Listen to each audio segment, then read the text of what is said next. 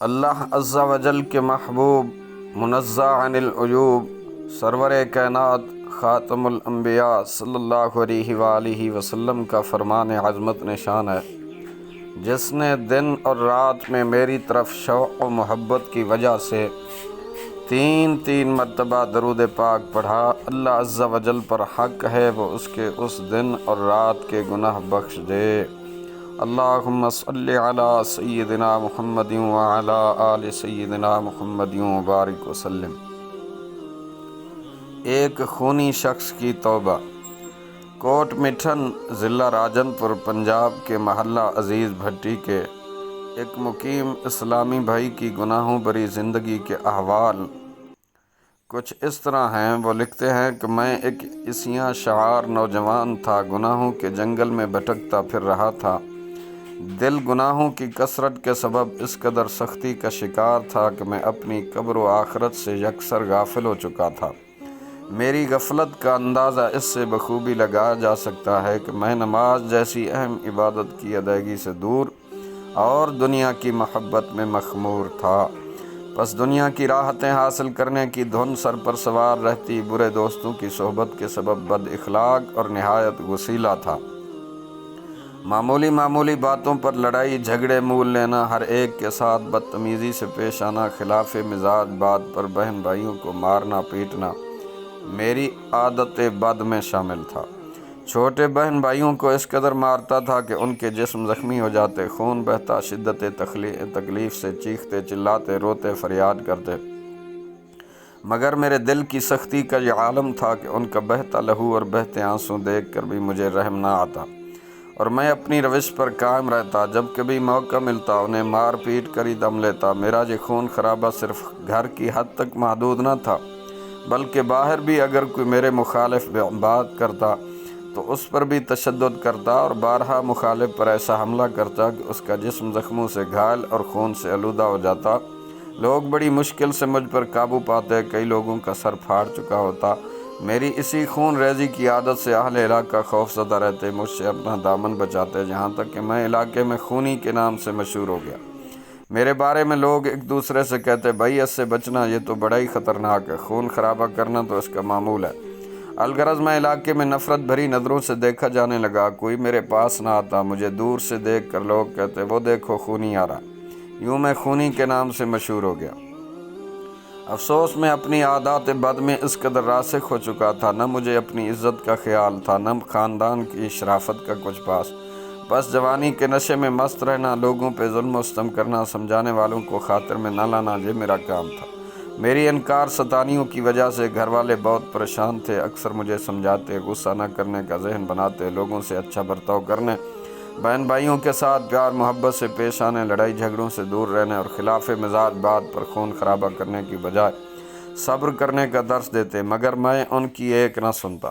اسی دوران اللہ عز و جل کا مجھ پر کرم ہو گیا اور مجھے اس وحشیانہ زندگی سے نجات مل گئی۔ سبب کو یوں بنا کہ میرے بڑے بھائی کو دعوت اسلامی کا مدنی ماحول میسر تھا، وہ بھی میری ان نازیبہ حرکتوں سے بہت تنگ تھے، بارہا مجھے سمجھا بھی چکے تھے۔ ایک دن والدہ نے مجھ سے فرمایا، بیٹا اپنے بڑے بھائی کو بلا کر لاؤ۔ میں انہیں تلاش کرتا ایک مسجد میں داخل ہو گیا، وہاں میں نے دیکھا عاشقان رسول کا مدنی قافلہ موجود ہے، علم دین کا حلقہ لگا ہوا ہے، ایک اسلامی بھائی بڑے پیارے انداز میں درس دے رہے تھے، دیگر عاشقان رسول بھی بڑی توجہ کے ساتھ سن رہے تھے۔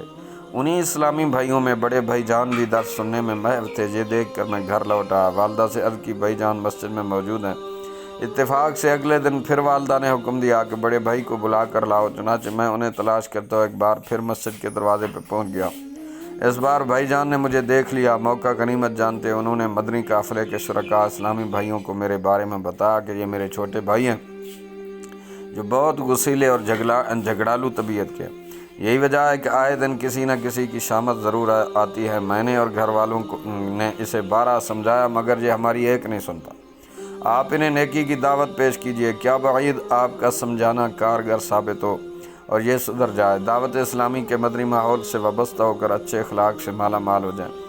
چند اسلامی بھائی نیکی کی دعوت دینے کی غرض سے میرے قریب تشریف لائے۔ انہوں نے پاس آتے ہی بڑے میٹھے لہجے میں مجھے سلام کیا اور انفرادی کوشش کرتے ہوئے احسن انداز میں مجھے نرم رویہ اپنانے کا ذہن دیا۔ مزید ایذائے مسلم کے سبب قبر و آخرت میں ملنے والے عذابات سے بھی آگاہ کیا، جسے سن کر میں بے حد متاثر ہوا۔ سوچنے لگا یہ بھی تو میری طرح انسان ہے، مگر ان کا انداز گفتگو کتنا میٹھا اور شاندار ہے۔ ایک میں ہوں کہ بد اخلاقی کی نحوست میں گرفتار ہوں، پھر میں کچھ دیر ان کے قرب کی برکتیں پاتا رہا۔ جب جانے کی اجازت طلب کی، انہوں نے مجھے ایک کیسٹ بیان بنام بے پردگی کی تباہ کاریاں توفتاً دیا۔ اسے سننے کی ترغیب دلائی۔ میں یہ کیسٹ بیان گھر لے آیا۔ جب سنا تو میری زندگی میں مدنی انقلاب برپا ہو گیا۔ دل میں گناہوں سے نفرت محسوس کرنے لگا۔ مزید مجھ پر مدنی قافلے والوں کی پیار بھری باتوں کا اثر ہوا کہ اگلے روز خود ہی انہی سے ملنے مسجد پہنچ گیا اور شرکائے مدنی قافلہ کی صحبت کی برکتیں سمیٹنے میں مشغول ہو گیا۔ اس بار بھی عاشقان رسول کی طرف سے ملنے والی خصوصی شفقتوں نے میرا دل باغ باغ کر دیا۔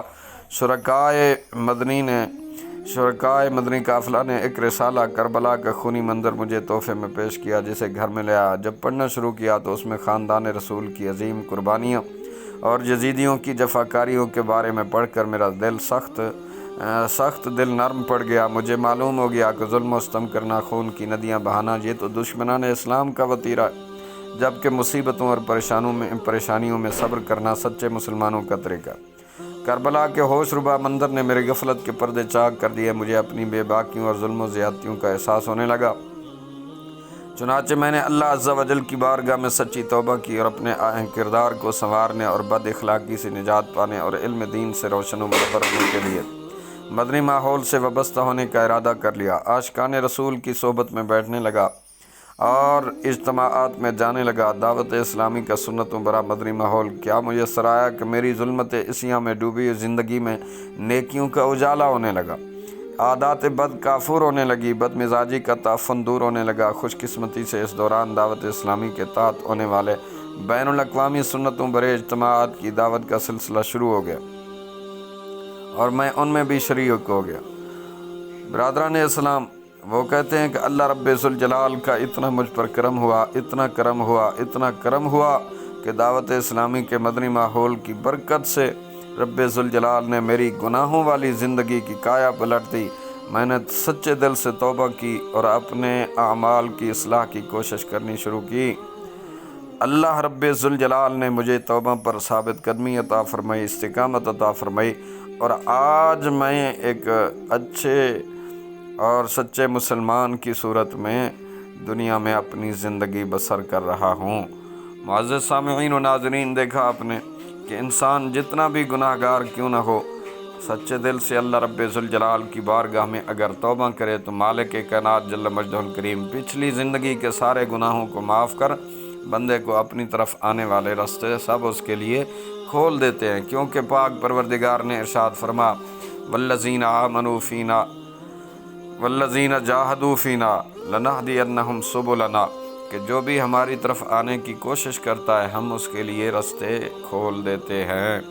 اللہ رب ذوالجلال مجھے بھی اور آپ سب حضرات کو توبہ کی توفیق نصیب فرمائے، گناہوں والی زندگی سے نکال کر مالک کائنات ہمیشہ ہمیں نیکی کی توفیق عطا فرمائے۔